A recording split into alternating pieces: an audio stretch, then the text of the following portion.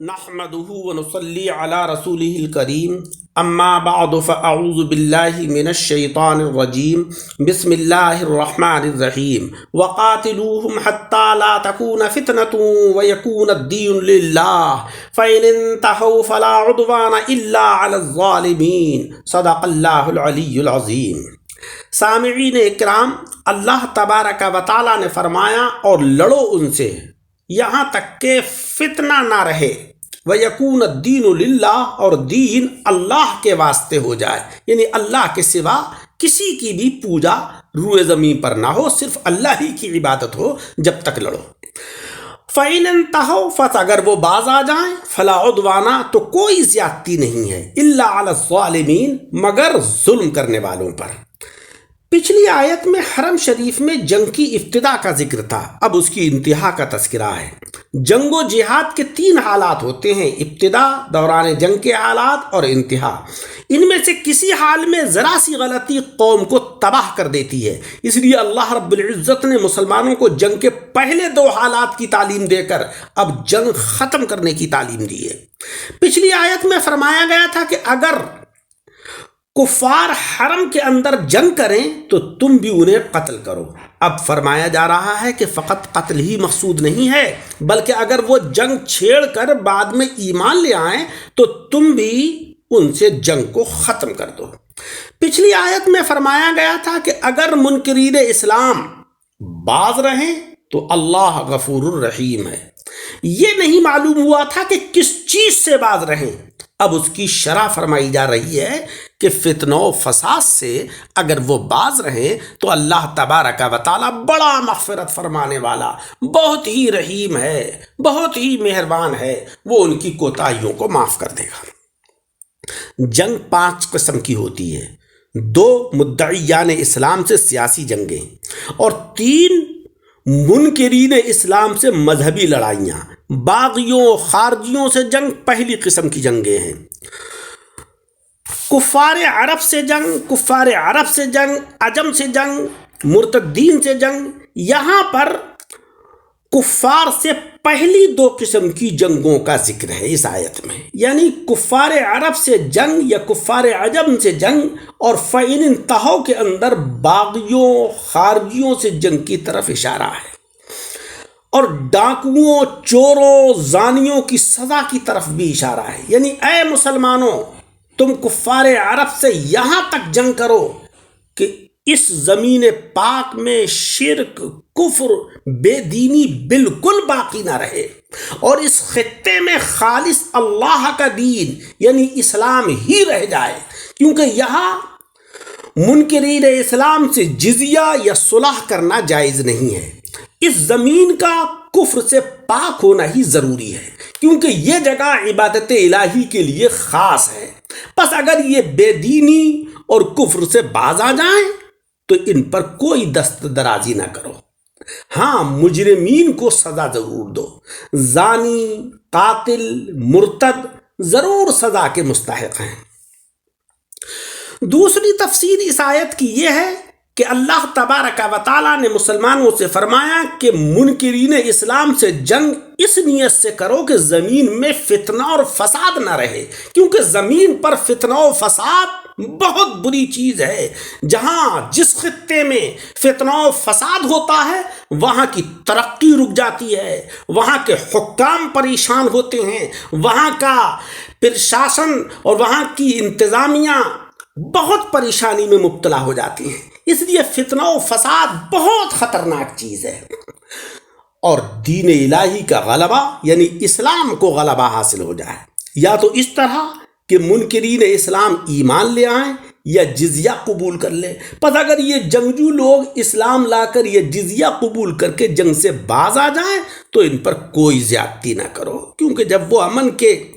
سائے تلے آ چکے ہیں تو پھر ان کو آپ امن دے دو، اب ان کو کوئی سزا نہ دو، ان پر کوئی زیادتی نہ کرو، کیونکہ انہوں نے توبہ کر لی ہے اور اپنی ناشائستہ حرکتوں سے وہ باز آ گئے ہیں۔ ہاں وہ لوگ کہ جو باغی ہیں، جزیے سے انکار کرنے والے ہیں یا قاتل ہیں، ان کو ضرور سزا دیجیے آپ۔ تفسیر صوفیانہ اس آیت کی جو ہے وہ یہ ہے کہ نفس جو کعبے دل پر قبضہ جمائے ہوئے ہے اور حرم سینے میں فتنہ پھیلائے ہوئے ہے، روح کو حکم ہوا کہ اے روح تو اس نفس سے یہاں تک جنگ کر کہ اس حرم اور کعبے میں اس کا کوئی فساد باقی نہ رہے،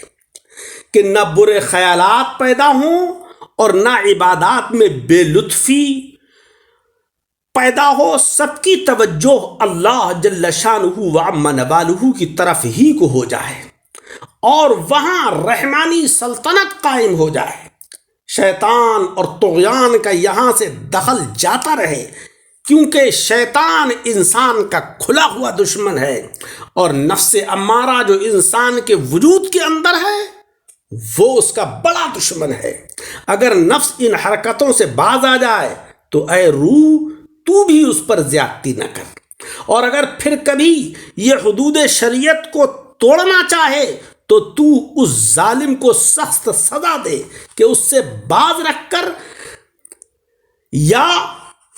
اس کی مخالفت کر کے، غرض کہ اسے اس حرم کے اندر رکھ تاکہ عذاب الہی سے محفوظ رہے۔ اور یہ بات یاد رہے کہ ایک مومن کی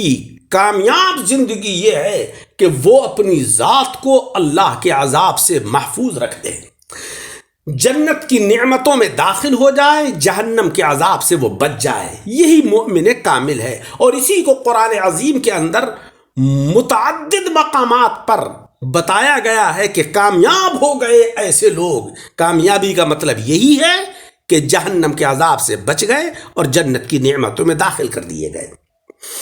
صوفیاء اکرام فرماتے ہیں کہ روح انسانی ہزاروں مخالفین کے نرغے میں گھری ہوئی ہے،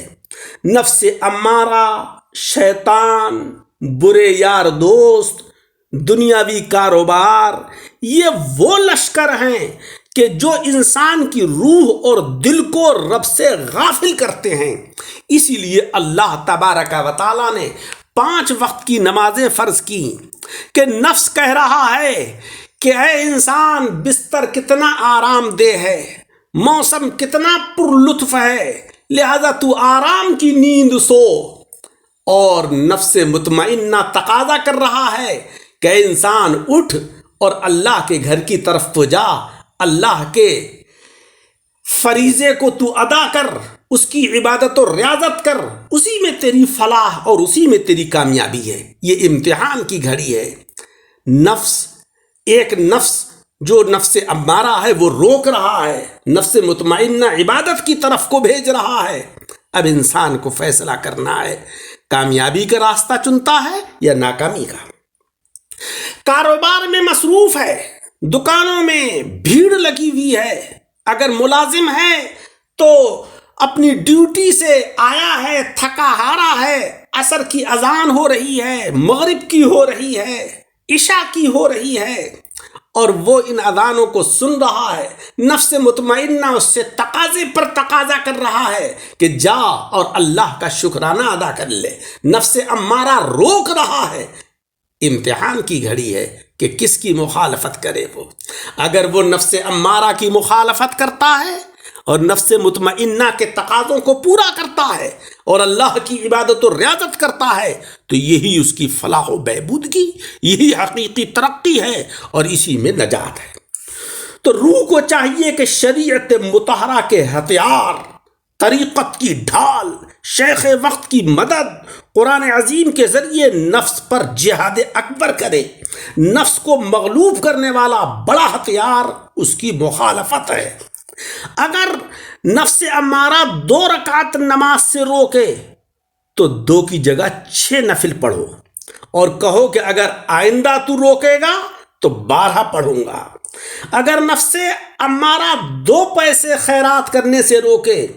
تو 1 روپیہ صدقہ کرو، اور کہو کہ اگر آئندہ تو نے مجھے خیرات سے روکا تو 2 روپے خیرات کروں گا۔ انشاءاللہ ایک دن وہ آئے گا کہ نفس امارہ مغلوب ہو جائے گا اور کچھ عرصے کے بعد یہی نفس امارہ نفس مطمئنہ بن کر اچھی باتوں کا مشورہ دینے لگے گا۔ اسی کو اللہ جل شانہ و عم نوالہ نے فرمایا کہ وَيَكُونَ الدِّينُ لِلَّهِ، اس وقت تک تم لڑتے رہو، اس وقت تک نفس کی مخالفت کرتے رہو کہ فتنہ و فساد تمہارے حرم قلب کے اندر سے اٹھ جائے، دل پاک و صاف ہو جائے، اور دین صرف اور صرف اللہ رب العزت کے لیے خاص ہو جائے۔ اور اگر نفس امارہ باز آ جائے اور وہ توبہ کر لے تو اللہ تبارک و تعالی غفور الرحیم ہے، وہ مغفرت فرمانے والا ہے۔ مولا رب العزت ہمیں عمل کی توفیق عطا فرمائے۔ درس کو سن کر احباب کے ساتھ شیئر کریں، اور ہمارے یوٹیوب چینل دعوت حق درس قرآن کو لائک اور سبسکرائب کریں۔